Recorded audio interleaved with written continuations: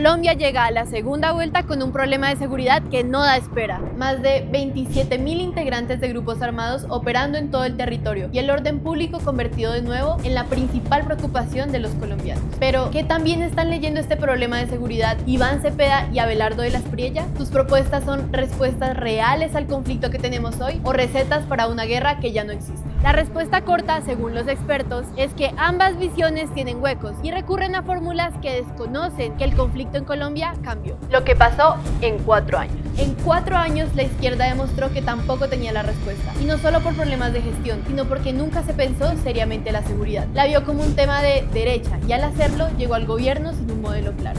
La premisa del gobierno Petro era que la violencia tenía causas como la pobreza y la desigualdad y que la voluntad política bastaba para sentarse a negociar. Pero ese es un diagnóstico incompleto. Entonces, la paz total nunca se coordinó bien con la política de seguridad y no logró llenar el vacío de poder que dejaron las FARC tras el proceso de Santos. El crecimiento de los grupos armados era una tendencia que venía desde el gobierno Duque, que optó por una arremetida militar y que el gobierno Petro no logró revertir con la paz total. Pero tampoco lo logró cuando en el último año y medio retomó los bombardeos y los combates o buscó fortalecer a la fuerza pública, pero aún así los grupos siguieron creciendo. Esto muestra que el conflicto cambió y las fórmulas conocidas no están sirviendo. A diferencia de los años 80 y 90, donde había grupos con vocación política en el sentido clásico que querían transformar el Estado, hoy no tienen una vocación de tomarse el poder nacional. En cambio, controlan territorios, acumulan recursos, regulan economías locales y se meten en la política municipal. Las disidencias son el ejemplo más claro. Sin la cohesión ni la jerarquía de las FARC, con incentivos completamente distintos y rentas diversificadas. Minería ilegal, deforestación monetizada, catastros de tierras propios. Y los ceses al fuego le dieron campo a Calarcá para expandirse, medir predios y montar proyectos agroindustriales mientras las mesas seguían abiertas.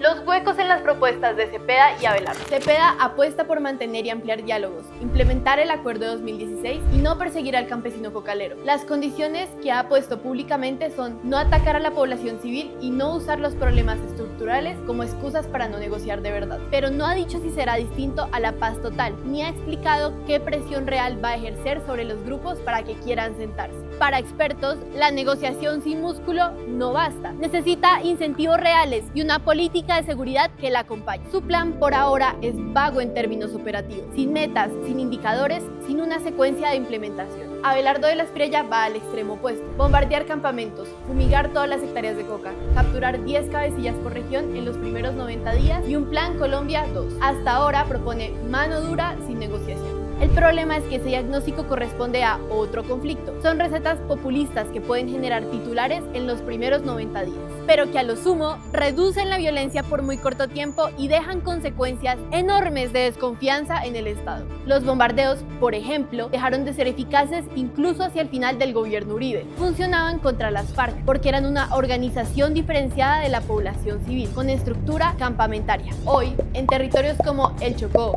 o el Catatumbo, el ELN se incrusta en las comunidades y un bombardeo termina fácilmente golpeando a civiles. Matar cabecillas tampoco tiene el mismo efecto. En los grupos actuales, los líderes se reemplazan fácilmente.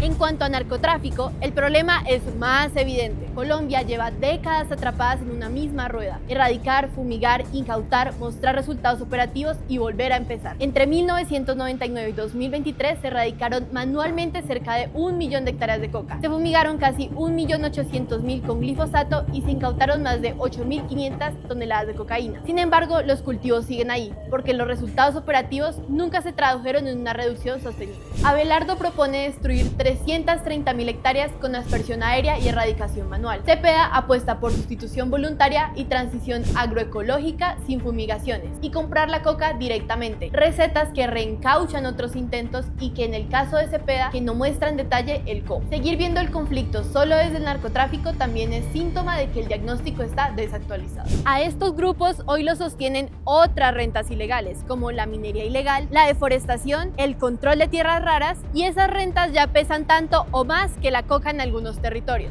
En el fondo, los dos candidatos que llegan a segunda vuelta están respondiendo a preguntas de otro tiempo. Cepeda carga el optimismo negociador de quien no ha definido qué presión acompaña la paz, y Abelardo pone la mano dura sin entender que los grupos de hoy no se comportan como se comportaban antes. La pregunta que se queda en el aire no es quién tiene la mejor propuesta escrita en un documento, sino en un país donde los grupos armados han sobrevivido al uribismo, al santismo y al petrismo, ¿qué hace pensar que los próximos 4 años van a ser distintos?